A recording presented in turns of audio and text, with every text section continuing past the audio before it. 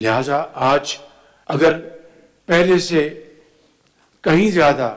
کسی چیز کی ضرورت ہے تو وہ قومی یکجہتی اور قومی اتحاد کی۔ ہم اپنی اپنی سیاست کرتے رہیں گے، اپنی اپنی بات کرتے رہیں گے، لیکن اس ایک معاملے کے اوپر کہ ملک کو خوارج سے اور اس فتنے سے اور اس دہشت گردی سے بچانے کے لیے ہمیں یکجاں دو قارب ہونا ہوگا۔ اس کے لیے میں انشاءاللہ مشورے کے ساتھ ایک میٹنگ بھی بلاؤں گا پوری تیاری کے ساتھ، تاکہ اس میں ہم باقاعدہ مشاورت کے ساتھ اسی ایک نقطے کے اوپر، جس طرح اے پی سی کے بعد جو 16 دسمبر 2014 کو واقعہ ہوا تھا